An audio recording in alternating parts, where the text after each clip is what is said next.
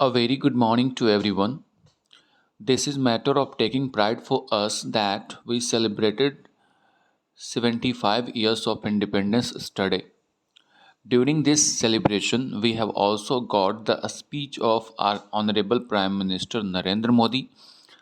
In this very editorial, we shall try to analyze or we shall put an analysis on his speech, and for that, you will have to go through this editorial. At the same time, I must tell you that when you go through this editorial, you will come across a number of phrases and words or vocabs that we call that will be very important for your examination. So you must go through this editorial without thinking of anything. So let me start this editorial with the heading, and it starts with meeting India's aspirations. Aspirations, first word you must be facing problem in understanding. Aspirations means महत्वाकांक्षा। Meeting का मतलब होता है यहाँ पे fulfil करना, यानी भारत की जो महत्वाकांक्षा है उसको फुलफिल करने की बात है इस एडिटोरियल में। In this editorial we shall talk about on Modi's 9th independence day speech. Modi के जो द्वारा 9वीं बार जो इंडिपेंडेंस डे स्पीच दिया गया उसके बारे में हम लोग इस एडिटोरियल में बात करेंगे। आगे देखते हैं क्या लिखा हुआ है। India needs better governance. Bharat को एक अच्छी प्रशासन की ज़रूरत है। For the sake of its own people, किसके लिए? For the sake of means के लिए, किसके लिए? इसके अपने लोगों के लिए। यानी भारत को एक और भी बेहतर प्रशासन की ज़रूरत है इसके अपने लोगों के लिए। नॉट ग्लोबल अप्रोवेशन, यानी भारत को ग्लोबल मतलब अंतर्राष्ट्रीय स्वीकृति की ज़रूरत नहीं है, प्रशंसा की ज़रूरत नहीं है, या कह लो कि अप्रूवल की ज़रूरत नहीं है। भारत को सर्टिफिकेट की ज़रूरत नहीं है, यानी वैश्विक स्तर पे भारत को स्वीकृति या कह लो कि सर्टिफिकेट या कह लो अप्रूवल की ज़रूरत नहीं है, बल्कि भारत को अपने खुद का एक अच्छी सरकार और प्रशासन की ज़रूरत है। चलिए आगे बढ़ा जाए। अप्रोवेशन वर्ड का मतलब नोट कर लीजिएगा। एक्सेप्टेंस, अप्रूवल, और यू कैन से इन हिंदी स्वीकृति। कहीं इसका इस्तेमाल प्रशंसा के सेंस में भी किया जा सकता है। तो अप्रोवेशन आप इसको ज़रूर नोट कर लीजिएगा। Prime minister Narendra Modi rightly described independent India 75-year journey as one of ups and downs. प्रधानमंत्री नरेंद्र मोदी अपने 9वीं बार के स्पीच में भारत के उतार और चढ़ाव वाली जो जर्नी है उसके बारे में बहुत अच्छे तरह से डिस्क्राइब किया है। यानी prime minister Narendra Modi India के इंडिपेंडेंस हुए 75 ईयर की जो यात्रा है जिसमें कई अप्स एंड डाउन्स आए। अप्स एंड डाउन्स का मतलब होता है उतार चढ़ाव, यानी कभी मुश्किल तो कभी अच्छाई कभी बुराई, यानी कई उतार चढ़ाव आए और उसको मोदी जी ने बहुत अच्छे तरह से अपने इंडिपेंडेंट डे स्पीच में शामिल करते हुए समझाया। इन दिस 9th स्पीच, यानी in his 9th speech from the stately red fort on Monday. Stately का मतलब हुआ एक विशाल कह सकते हो, भव्य कह सकते हो, ग्लोरियस कह सकते हो। यानी रेड फोर्ट के प्राचीर से ग्लोरियस जो रेड फोर्ट है, ग्लोरियस कहने का मतलब भव्य जो रेड फोर्ट है, उसके प्राचीर से उन्होंने भारत को संबोधित करते हुए यानी देश को संबोधित करते हुए 9वीं बार उन्होंने बहुत ही सही तरीके से भारत की 75 ईयर की जो यात्रा है उसके उतार चढ़ाव का वर्णन किया है। कब किया है? तो कल क्या था? मंडे था, जानते हैं। Praising those who fought for India's freedom. शुरुआत उन्होंने उससे की प्रशंसा करते हुए। प्रेज का मतलब होता है प्रशंसा करना, यानी वैसे लोग जो भारत के फ्रीडम के लिए लड़े उनकी प्रशंसा करते हुए the prime minister pointed to the country's achievements even as the acknowledged the challenges of fulfilling the pressing needs of an ever aspirational society tugging at the seams of government. अब देखिए, उन लोगों की प्रशंसा करते हुए जिन्होंने भारत के फ्रीडम के लिए लड़ा, प्राइम मिनिस्टर और इसके अलावा प्राइम मिनिस्टर ने अचीवमेंट, कंट्री की जो अचीवमेंट है उसकी भी चर्चा करते हुए ये स्वीकार किया। एक्नॉलेज्ड का मतलब स्वीकार करना, यानी उन्होंने स्वीकार किया कि जो उनके सामने जो चैलेंजेज हैं, चुनौतियां हैं, कि जो एस्पिरेशनल सोसाइटी का मतलब होता है महत्वाकांक्षी सोसाइटी। उन्होंने जोर देते हुए कहा है कि हालांकि उन्होंने, हमारे देश ने कई अचीवमेंट्स प्राप्त किए हैं, लेकिन उनके सरकार के सामने एक बहुत बड़ी चैलेंजेज है एस्पिरेशनल सोसाइटी की, वैसी सोसाइटी जो महत्वाकांक्षा से भरी हुई है और वो हर चीज़ को tugging at the seams of government. Tug का मतलब होता है खींचना, यानी वो अपने रफ्तार से, सीम्स का मतलब होता है तेजी से, यानी सरकार के को अपने रफ्तार से तेजी में खींचने का प्रयास कर रहे हैं। यानी सरकार से ये चाह रहे हैं कि स्पीड के साथ कोई काम उनके लिए हो, वो इंतज़ार करने के लिए तैयार नहीं है। यानी दूसरे शब्दों में ऐसे इसको समझा जाए कि मोदी जी ने अपने कई, यानी देश के कई अचीवमेंट्स गिनवाए, साथ ही उन्होंने ये बताया कि उनके सामने एक बहुत बड़ी चैलेंज है एस्पिरेशनल सोसाइटी की, वैसी सोसाइटी जो महत्वाकांक्षा से भरी हुई है और वो सोसाइटी किसी भी चीज़ के लिए प्रेशर बनाना जानती है और इंतज़ार करना नहीं जानती है, जितना जल्दी हो सके सरकार को इसके तरफ खींचने का प्रयास कर रही है, यानी तेज़ी से सरकार को इसके लिए पहल करने के लिए मजबूर कर रही है, ये मोदी जी ने कहा।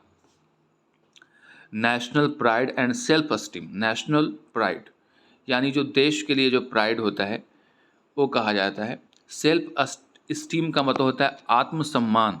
सेल्फ स्टीम का मतलब आत्मसम्मान were dominant themes as he urged the country to read itself of the need to look for approval from abroad.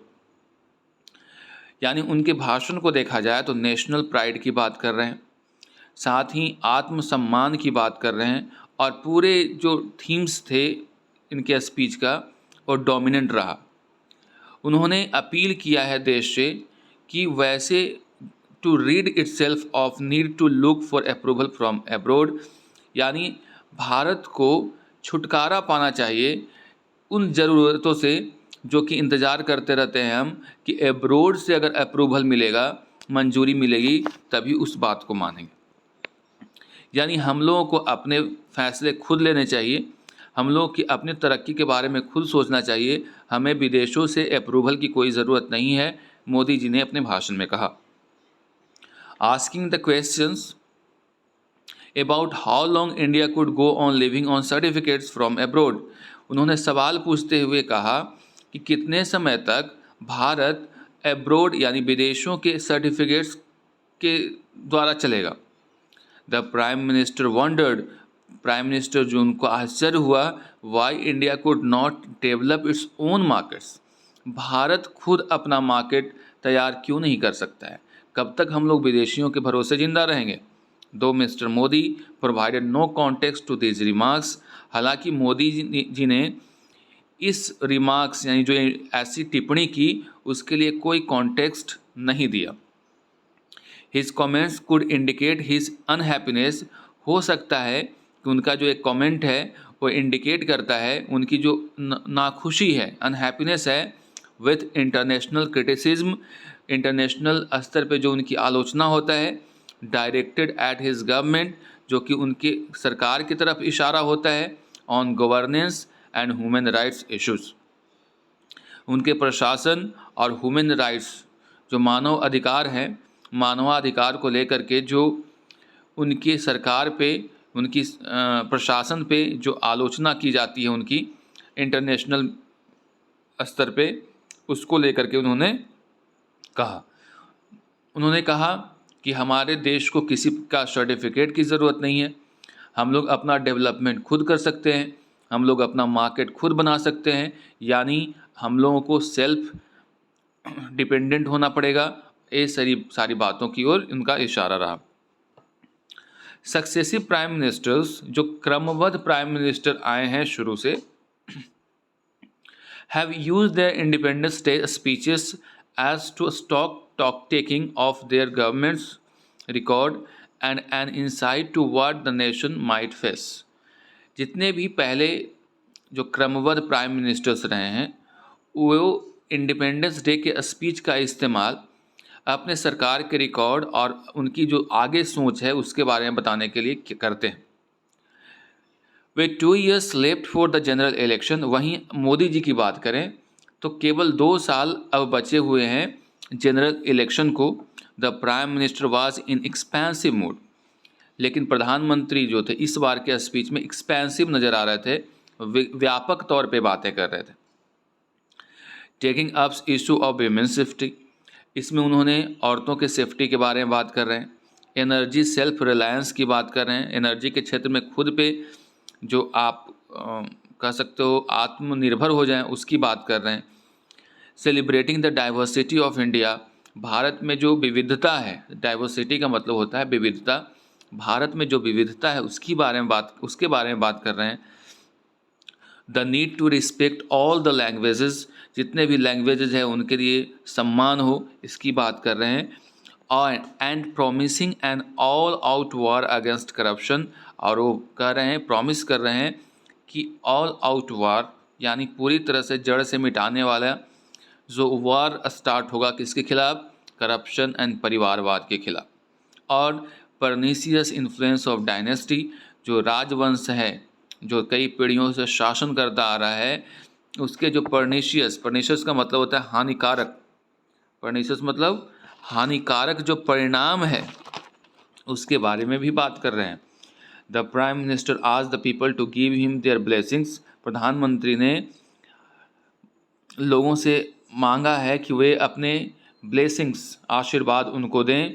As the battle against corruption enters a decisive phase, क्योंकि जो युद्ध है corruption के खिलाफ वो एक निर्णायक मोड़ पे पहुंच गया है। Where even the big fish will not be spared, जहाँ पे बड़े से बड़े लोगों को भी नहीं स्पेयर्ड किया जाएगा, यानी नहीं छोड़ा जाएगा।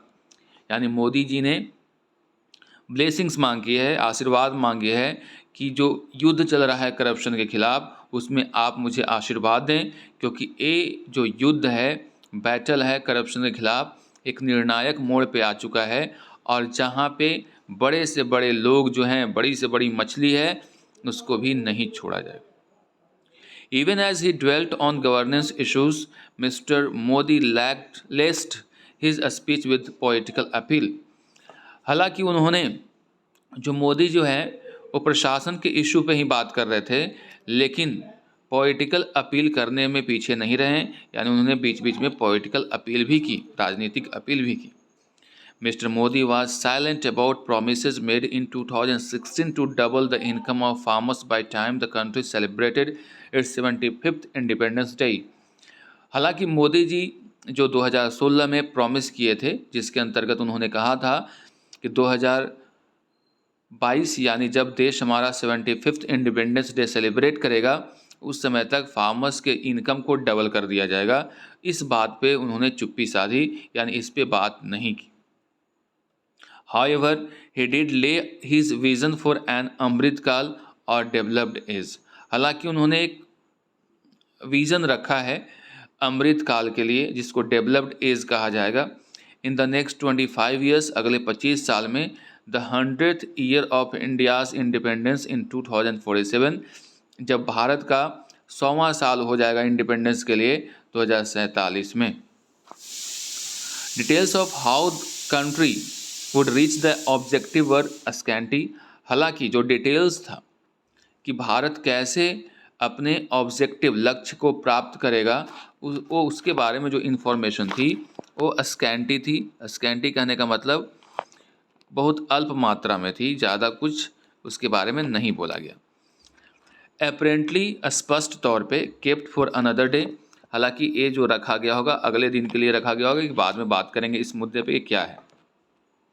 In keeping with the Bharatiya Janata parties new status, यानी भारतीय जनता पार्टी के जो नया स्टेटस है उसको ध्यान में रखते हुए as a natural party, Bharatiya Janata party को एक नेचुरल पार्टी कहा गया है ऑफ गवर्नेंस, प्रशासन की एक नेचुरल पार्टी है।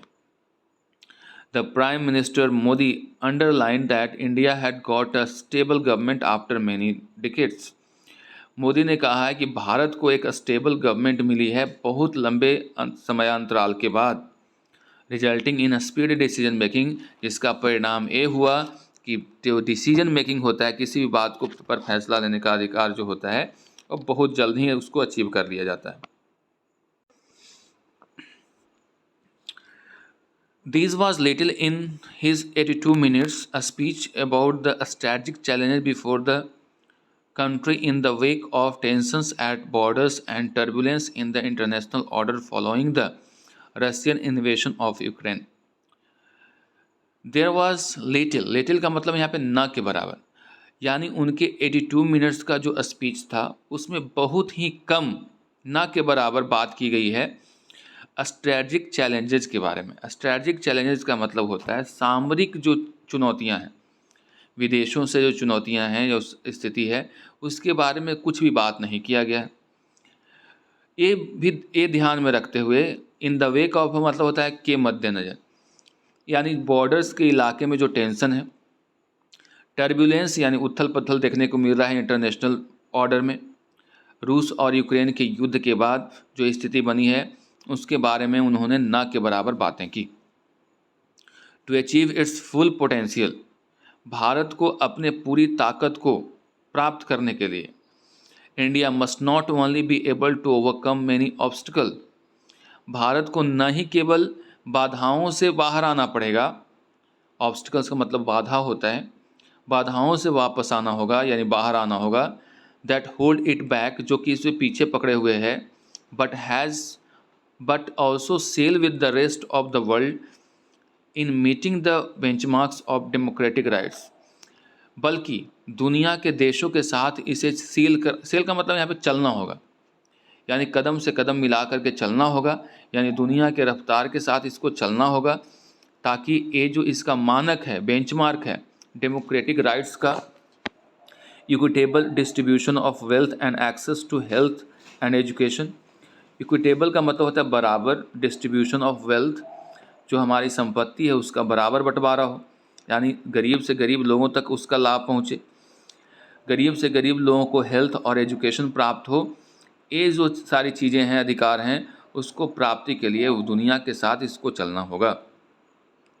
India might not need approval from other countries, Bharat को दूसरे देशों से अप्रूवल, स्वीकृति या फिर सर्टिफिकेट की ज़रूरत नहीं है, बट लेकिन it needs to do better on rights and freedoms, इसको और भी अच्छा करना होगा कि जो राइट्स है, अधिकार है, जो फ्रीडम्स हैं उसके ऊपर, यानी कहने का मतलब ये हुआ कि जो नागरिकों के मौलिक अधिकार हैं, जो उनकी फ्रीडम्स हैं, उन पे ज़्यादा दबाव डालने की ज़रूरत नहीं है, उनको स्वतंत्रता देनी चाहिए।